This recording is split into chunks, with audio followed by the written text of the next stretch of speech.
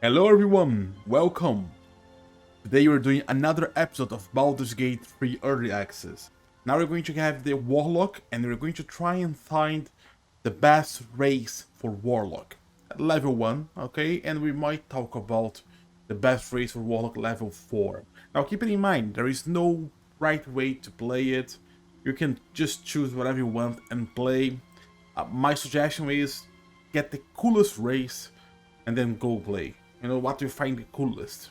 But if you want to play as the strongest you can be with a class, then there are some races that are going to help you. What are we looking for Warlocks? So Charisma is our casting ability. We want it as high as possible, with an addendum. A value of 16 and 17 is a +3 to ability checks. So it is all the same to have 16 or 17. It only will be relevant at level 4th when you have a chance to increase one stats by 2 or 2 attributes by 1. And then you can like round up 2 attributes if you start with 17. So that's the only difference. Let's look at level 1 first, okay? First, any class that is not providing you with charisma, any race, is not good. So we discard elves, we're discarding dwarves, there's no dwarf that gives us charisma. We discard Githyank, and we should always discard male Githyanks, whatever we're doing, because they're fucking ugly. Look at them, they look like Skrulls from Marvel, but uglier. Oh my god. But the females, they're nice. Yeah, the females are nice. I don't really know what's happening here. I don't know what is it. Oh, okay. So we discarded elves. We discarded Githyanks. Now the draw gives charisma, +1 to charisma. So it should be a racing contending, but the other bonus that draw gives are crap for warlocks. You don't want to have lots of proficiency in weapons, and superior attack vision is actually a very good trait, but warlock might be the one class to trivialize that. You don't have to get warlock. Warlock have something called invocations. So every some levels you get to choose more invocations. You choose 2 on level 2. Okay, so that's it. The first time you choose invocations is on level 2. You get 2. Invocations give you special abilities. One of the most popular invocations is the ability to see on darkness. Not of dark vision, like you properly see on darkness, like it was daylight. And you can also see on magical darkness. Now, superior dark vision from draws, you can see very far, but you can't see on magical darkness. So, yeah, so if you think about it, we don't really care for races of dark vision, and, well, we don't care about superior dark vision from draws. Although level 1 would be an advantage to have this vision, but level 2 is very fast. So when we're talking about level 1 strongest, but actually level 1 through 3. So we are discarding draws. Now, let's have a look on halflings. That's a honorable mention. They do gain charisma and they gain dexterity. Now, apart from charisma, what do we want from our warlock? Dexterity and constitution, because we can ignore everything else. Now, nothing is useless. Everything can be used in game, on skills, you know, roleplay, on saving throws. Maybe someone tries to push you, so it's better to be strong, you know. But we're talking about now, most of the time, what's going to be more useful inside battles. We're discussing battles here, okay? Alright? Although with charisma, warlocks are very good social-wise, let's talk about battles. So it is nice to get charisma and dexterity, but they're slower. That's always bad.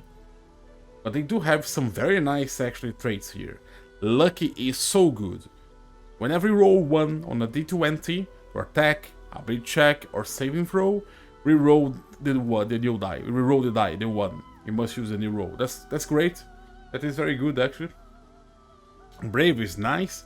Advantage on saving throws against being frightened. That's good. That's always good to have an advantage. And they are trained in stealth, right? So that's also good. That's the Lightfoot Halfling. The other Halfling does not get charisma, so we're going to ignore it. So that was an honorable mention. And now we have um, half elves, humans, and tieflings. So these three races. To me, the third best race is a tiefling. Yes, that's strange, right? You'd think that a race that has ancestors that kind of like sold their made pacts of devils and stuff like that. You'd think they would be good warlocks, and they actually are. They actually are. They are very good warlocks. They're just not the best warlocks. You know, maybe it's trauma from having their ancestors selling their souls, and now they have to live with this deformed face and horns that everyone that's playing find hot. So it's kind of not a curse to them, really, right? Hey, wait, hey, let's pretend. Some tiefling can have gold-like feet, so that would suck. The Asmodeus gets 2 charisma, so that's nice. Mephistopheles 2 charisma. Zariel 2 charisma. They all get 2 charisma. I was dumb. What varies what they get from... I mean, this is strength, you can ignore it. And these two get intelligence. But one of them has a different credit than the other, because the resistance is the same. Which is, like, funny, right? I mean, Mephistopheles... It is a devil that is on an icy layer, if I'm not mistaken. So his layer for hell is fucking frozen. Maybe they could have given him to be resistant to ice and not to fire. He's even bluish. That's just an idea, but that's alright. And why is he the third race? Well, because he does not get dexterity or constitution. So you only have the charisma, which is nice. Having charisma is good.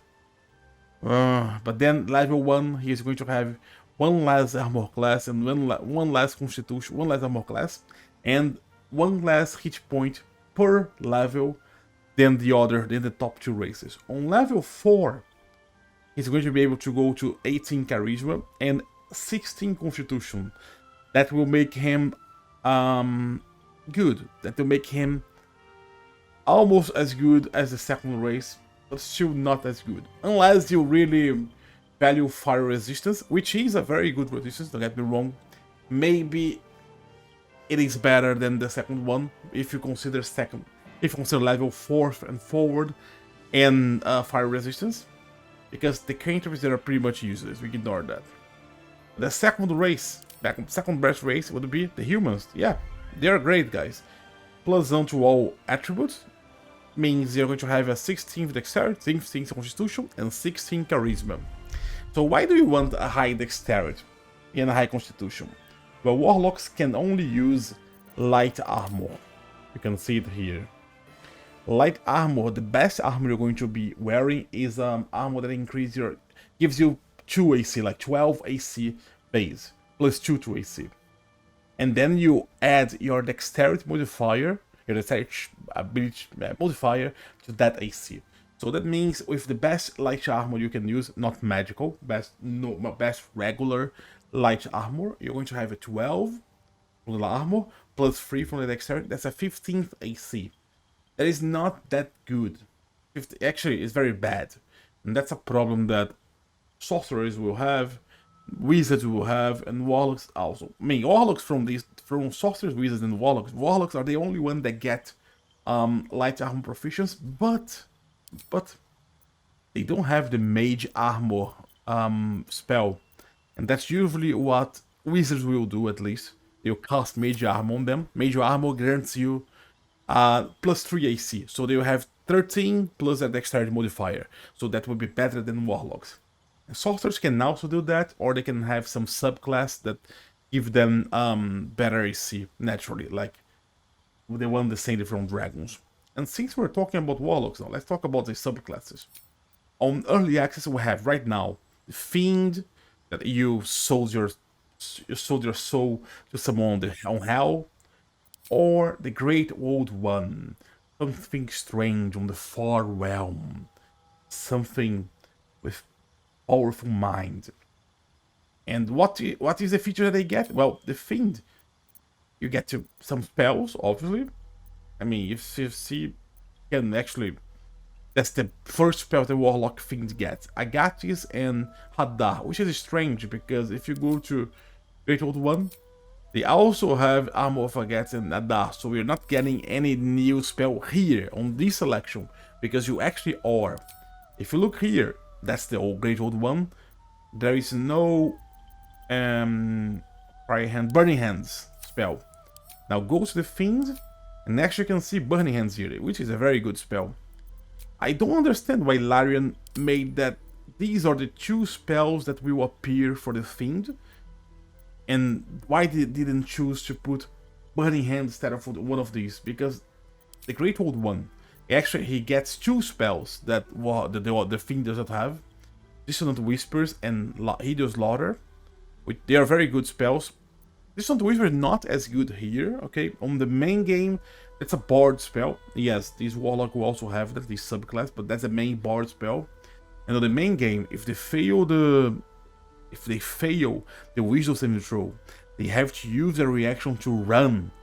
That means they take lots of attacks of opportunity. So everyone that is near them can use their reaction to do attacks of opportunity.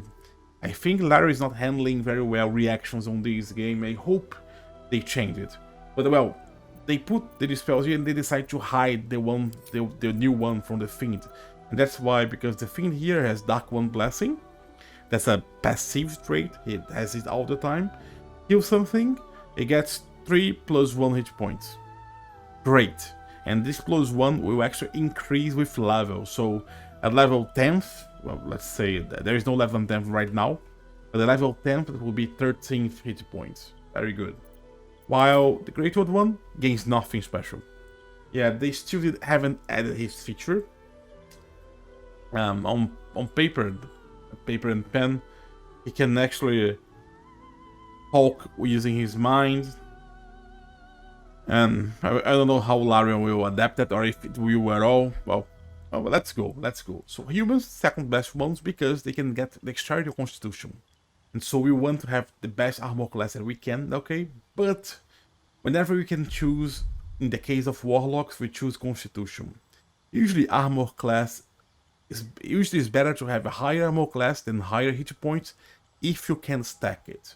If you can't stack tons of it, then hit points are better, and well, Constitution helps with concentration saving throws.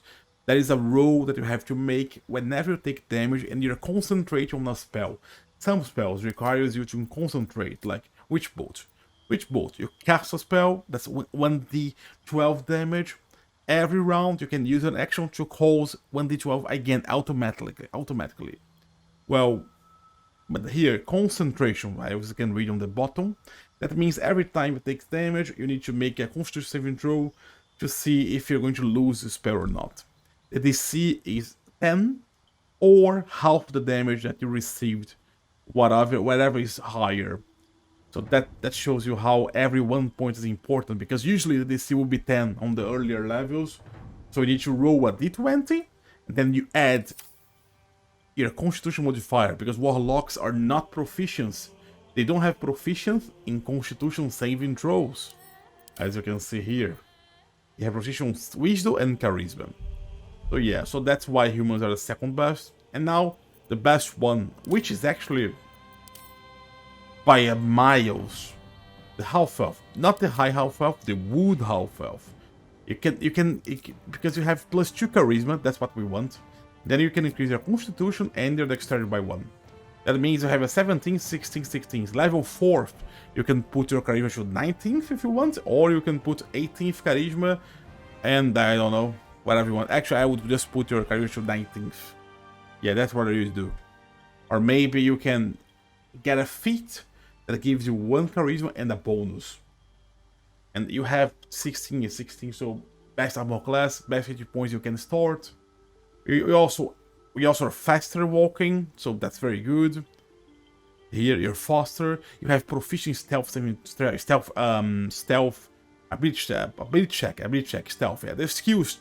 Oh my god, we raised that. You have proficiency on the stealth skill. That means you can actually walk around, prowling, try to get your enemies by surprise, which is very good. Second best second best half elf would be high half elf. It gets everything the half elf gets, which also gets dark vision as the wood elf, and also has Fey ancestry. Adventure saving throws against being chopped and you can't sleep. But you also get to choose a cantrip, and there are some nice cantrips here. As a warlock, you're going to have plenty of cantrip with time, but it's nice to have one more always. But not as bad, not as good as being faster and have stealth proficiency. And the third one is the the draw half elf, because you get a cantrip but you can't choose one. You're stuck with dancing lights, and the damn high half elf can't choose dancing lights. So I mean, yeah, that's why draw is worse. So let's briefly talk about the Warlock spells. We might talk more when we get into game, when we play with it, but let's briefly talk about it. Cantrips. First, Warlock is the only class in the game that can choose Eldritch Blast as its cantrip. So pick it. It's the best DPS cantrip in the game. So that's 1d10 damage, force damage, forces a damage that's seldom resisted. It's very rare for any creature to have force resistance, and you shoot for a 4. So it's actually, you look at that, that's a firebolt, but better, but it gets even better, because on level 5, a firebolt will deal 2d10 damage. Eldritch Blast, you actually get another beam, so you fire 2 rays, both dealing 1d10 damage. And Warlocks, they have an evocation. That's a special thing that Warlock gets not every level, but at some levels. You get 2 on level 2, I talked about that. And this evocation makes that you can add your Charisma modifier to the damage of your Eldritch Blast. That means level 2, you're going to be dealing 1d10 plus 4 if you have 18th. I mean, we're not going to have, sorry, 1d10 plus 3 from a 4. Force damage, that is great. Level 5 with the 2 beams, and then you're going to have a Charisma 18 by level 5. You're going to be dealing 2d10 plus 8 if you hit both beams. That is crazy. And it scales, you get more beams as you get more levels. The best camp in the game for DPS. Blade Ward would be useful with Warlock if you are in a pickle. Use that, cast that, you have resistance against weapons, and that's it. Last 2 turns. Chill Touch, melee cantrip to deal damage. Ranged cantrip to deal damage. It's necrotic damage, it's not as good, but not that bad. Nice thing here is that you prevent something from heal, and if you hit an undead for that, he has the advantage on attack roll, so that's good. That's one of the best cantrips that you can have here apart from Eldritch Blast. Friends, use it if you want to make sure you're going to win that interactions, like advantage on charisma saving throws is always good, but he might accuse you, so well, see how that goes, right? Mage Hand, I think that's kinda useless. So many characters have Mage Hand right now, so I wouldn't take it, but maybe you want to take it, and just so you can mess with things from afar. I don't know. Minor Illusion, you create something that just can distract creatures. I didn't have much experience using it very good on this game, so I kind of tend to ignore it. Now, Poison Spray is 1d12 damage, so that's actually the cantrip that does the biggest damage in the game on level 1. But that's poison damage. That's a damage that very people resist that damage a lot, so I don't know about it. I probably wouldn't take it. I would go for Eldritch Blast and either Blade Ward or Chill Touch. Last one, 3 strike. You cast on yourself, next attack you have advantage. That's also very good. You could, I guess you could go Eldritch Blast and either Chill Touch, Blade Ward or True Strike. I don't know. I would personally choose, I actually don't even know. Maybe I'll be like that. Now, let's go through his spells. We are Fiend Warlock, so we get these spells. Armor of Agatha is crap early game. You get 5 temporary hit points. Whenever they hit you, they take 5 cold damage. But then, when the temporary hit points, when they finish, when you lose hit points, the spell is over. So that's not good now, but that's chaos. As you get more levels, you get more temporary hit points, and maybe you can start using it in a good way. Arms of Hadar. So that's a very small area, 3 meters as you can see, and that's like 2 squares. You use it, targets on the area they take 2d6 necrotic damage and they lose reactions if they fail the saving throw, strength saving throw.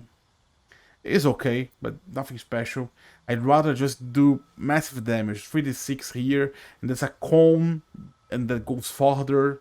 I think that's better. Just throw it, more damage if they fail, and it goes from afar. Charm Person is like friends. You get, use it, and then, well, you charm people. That's nice, they'll like you. But then they might be enemies once this is over. So I don't know. Use as your own discretion, I don't know. Use if you think it's wiser. Command. You spend your action so you make so it can't take an action or move. I don't like it. It is better on the tabletop. I don't know why. It's the same here, but I think it's a little bit better on the tabletop. That's because you can actually make it grovel. You can make so they fall on the ground, and whenever someone is on the ground and you attack them from melee, you have advantage. So that's why command is better on tabletop. Expeditious Retreat. You can dash as a bonus action, allowing to move an incredible pace. I actually find that very good. Lasts until long rest, that's a concentration. But every round, the bonus action to move away, you might be able to do the early game at least without being hit with that. So I think that is great. Great as it is here. Hereditary Book, I also love it. But it is worse than the game. That's a reaction spell. In the game, whenever you take damage and you have a spell slot, you can cast a spell. When Warlocks, they get spell slots back whenever they short rest. You can choose to use Hereditary Book. Deal damage to your opponent and whoever damages you. And they take half of them if they pass the saving throw. Here you actually have to toggle the button, so you can't. I mean, imagine you have a goblin with 2 health hit points and an orc with 10 hit points, and then it's them. You want to use against the orc, but if the goblin is going first and he hits you, and you toggled it, well, use on the goblin. On tabletop game, you just say, okay, I'm not using the goblin, and then you'd use on the orc. So yeah, you can see another problem with Larian and its reactions right now. X a staple spell for Warlocks. I don't like it level 1. Use it, and they have disadvantage on ability checks. That's not for attacks, okay? That's just for skills. You choose one of the ability checks, dexterity, strength, constitution, etc. And they take 1d6 necrotic damage whenever you hit them with an attack. I don't particularly like it on first level, but it gets better with levels. Still, I don't like it very much, but I know it's strong. Protection from even good, use it on yourself, and then, well, celestials, elementals, fays, fiends, and undeads, they have disadvantage when they attack you.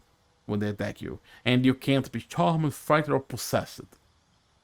That's a very good spell on tabletop game. Let's see how it translates here, okay? But it's a very good spell and very useful to have. And Witch Bolt, it's kind of pointless to Warlocks. You 1d12 damage, yes, I know it's automatic. Wait, okay, that's nice, but it's concentration. So you're spending a concentration to do 1d12 damage instead of 1d10. And level 2, sorry. Your damage would be 1d10 plus 3 if you get the proper invocation. So I don't like it with Warlocks, but here on this game it might be okay for Wizards and Sorcerers. I would go Offless. If you're not choosing Eldritch Blast, I recommend you... Sorry, Eldritch Blast is a cantrip. Yeah, I'm just fixated on that. I would go level 1, probably with Expeditious Retreat. I like it. And Burning Hands. Area damage because we have strong single targets for a 4 with Forest Blast, and that's it. But I think it would be acceptable if you want to be cheeky and take Arms of Hadar instead of Burning Hands, I guess. Or if you want to go social, have Charm Person. Hereditary Book is a... I almost got it instead of Burning Hands, but I'm like, should I? I don't know. So that's it, guys. With the spells, this video is enormous. So maybe you don't watch the spells, you don't just want to know about the races. I don't know. Thank you.